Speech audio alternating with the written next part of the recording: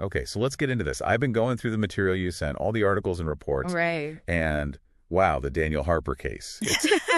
Well, some stories, they just sound too strange to be true. Mm-hmm. But this one happened. So today, our mission really is to pull out what these sources tell us about this mystery. Yeah. It's completely baffling. It really is. We're talking about Daniel Harper, just 12 years old, Northern Maine, July 12th, 1999, walks into the woods. And just doesn't come back. Never seen again. It's captivated people for, over 2 decades now? Yeah, and what's striking, looking at those initial police reports you included, is how incredibly ordinary it all started. Just a normal summer day, right? Exactly. Daniel, he was described as playful, maybe a bit shy, curious kid, and he played near the woods behind the house all the time. It was his routine. Just a regular Tuesday for him. Pretty much. Yeah. But then, that day, the routine breaks. He doesn't show up for lunch. Then, still not back for dinner. And you can feel it in the family interviews, that quiet worry starting. Yeah, that must have been awful. And as sunset gets closer, it turns into, desperation, parents calling his name, neighbors joining in, searching. And the woods were quiet, they said. Too quiet. That's what comes through in those accounts. Just unnerving. That creeping silence. Yeah. Gosh. But then, the official search starts the next day, right? Search teams get called in. They do. Police, volunteers, the whole thing, combing the forest. And this is where your sources, the news articles, they start describing something really, odd. Yeah, this is where it gets truly weird. They find a small clearing. And they followed his footprints right to it. Right up to the edge of it. And there, just sitting there, his shoes. Oh, his shoes just sitting there? Not lost, not thrown, neatly placed, side by side on the grass. Side by side. That's specific. What did the investigators, in your source materials, make of that? Well, the forensic reports from '99, they were completely baffled by it. It just didn't make sense. And there was more, wasn't there? Oh, yeah. Right next to the shoes. His backpack, zipped shut. All his stuff still inside. Nothing missing. So shoes neatly placed, backpack zipped up. Yeah. And the footprints. Right there. Stopped. Yeah. And the reports, all your sources, they emphasize this over and over.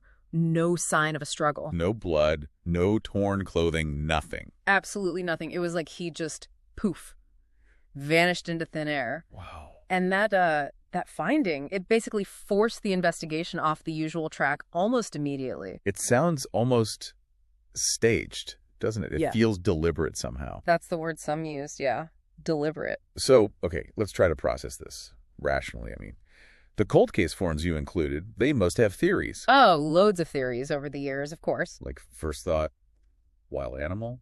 Bear, maybe? Plausible in northern Maine, sure. Yeah. But like we said, the police reports. Zero evidence of an attack. None. Right. No struggle. So, what about, did he run away? That's another theory. But again, think about it. A 12-year-old runs away. But takes his shoes off first, places them neatly, leaves his packed bag behind. Exactly. It just doesn't fit. The evidence, it kind of contradicts all the logical explanations, Yeah, the inconsistencies are what really stand out in the research. It leaves you with this genuine enigma. Which, leads you to consider some of the other stuff mentioned in your sources. You mean the local whispers, the folklore archives? Yeah, the more chilling side of it. Locals, especially the older ones, apparently believe those woods were, haunted. Haunted or cursed even. Both, according to those records. And it wasn't just because of Daniel. Oh. No, those same documents, they talk about other disappearances, people vanishing in those same woods decades before, never found. Seriously. Okay, that adds a whole different dimension. It does. It suggests maybe this isn't just a missing person case. Maybe it's tied to the place itself. That's a recurring theme in the sources. And here we are, 26 years on. Still unsolved. Daniel Harper. Just gone. His parents moved away eventually, the sources say. They did, but the clearing, it's apparently still there. Untouched.